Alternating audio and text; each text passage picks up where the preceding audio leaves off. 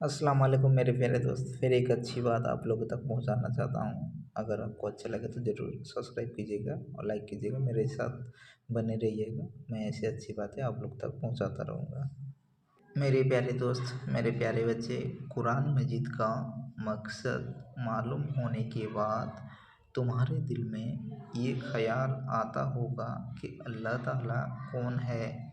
सुनो, इसकी ज़ात का समझना तो अक्ल का काम नहीं है। अल्लाह ताला ने अपने मुतालिक कुरान में फरमाया है, अल्लाह ताला एक है और वही इबादत के काबिल है। इसकी ज़ात में और इसके कामों में कोई शरीक नहीं। ना इसकी कोई औलाद है, ना वो किसी का औलाद है। वो आसमान और ज़मीन का मालिक है। वो हमेशा है और हमेशा रहेगा। ना मेरे अल्लाह को कभी नींद आती है। वो आसमान और ज़मीन में जो कुछ है सब इस अल्लाह का है। बगैर इसके मर्जी के कोई किसी के सामने किसी की सिफारिश भी नहीं कर सकता है।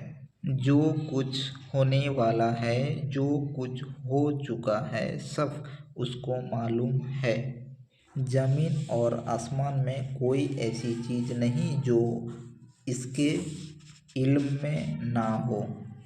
वो इसका इंतज़ाम करने से थकता नहीं। ज़मीन और आसमान में जो चीज़ है वो इसी की तारीफ़ और पाकी बयान करती है।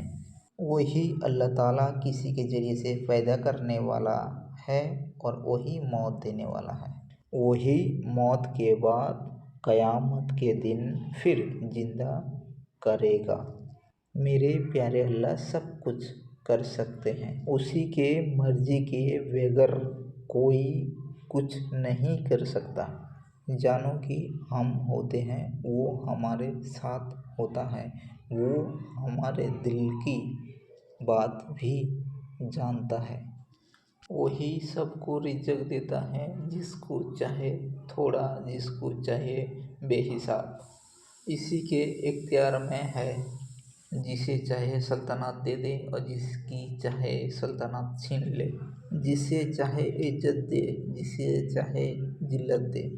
इस दुनिया की भलाइयाँ उसके हाथ में है। वही औलाद देता है, जिसे चाहे बेटा दे और जिसे चाहे बेटियाँ।